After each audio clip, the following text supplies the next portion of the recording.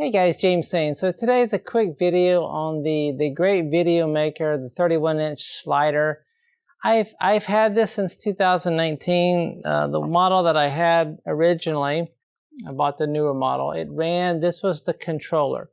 So this would plug into the slider. The problem is that this controller that you set the slider is not very intuitive. I mean, once you learn it, you learn it and you can do it. You have to set it up every single time. There's no memory to it, so that's a little frustrating. But even from day one, there's always like a little piece of plastic I could hear rolling around in there. And this eventually broke and opened up. And the problem that I had is that this broke open, this fell apart. There's no way to put this back together. And now the connections that slide into the batteries, they're loose and they flop around. Well,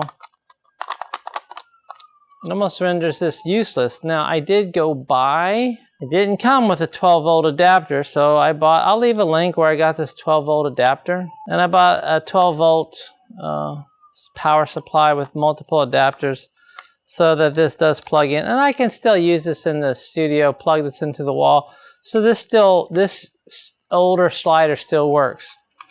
So now I'm faced with, I want to get a new slider. So I debated some other sliders, and I've been happy with the Great Video Maker slider, other than the controller wasn't the most intuitive. But as far as how it functioned as a slider, and it was 31-inch, or 30, I think it was 31-inch. So it was a nice size, easy to make portable. But I did get the newer version of the GVM 31-inch slider. There are a couple of key differences. One, the control of the slider is done through an app. So I'll put that up on the screen. So it's very intuitive. You just put your slider at point A and call that point A, then move it to whatever speed you want to point B, set the number of iterations for it to go back and forth, and it's very intuitive and it's very easy to use.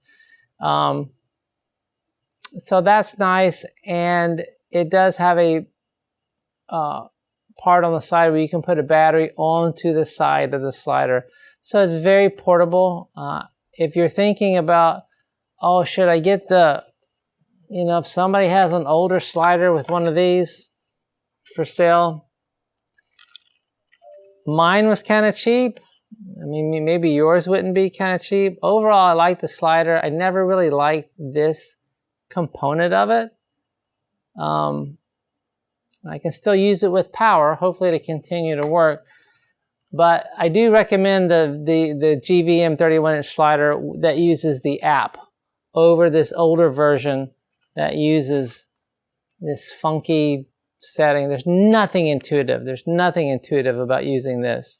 So I do like the look of the slider. It adds a nice little extra something to the video, in my opinion. And I'll show you the setup here. This is very portable. You could put it on 2 light stands. You could use 1 tripod with, I have some stabilizing arms. I'll put a link down in the description below.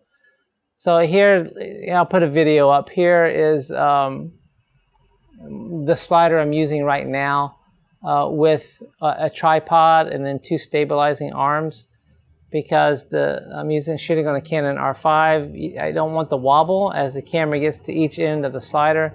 So you either have to, if you're going to use a tripod, you got to stabilize it on each end, or if you're going to use 2 light stands, then that will suffice. That will take the wobble out.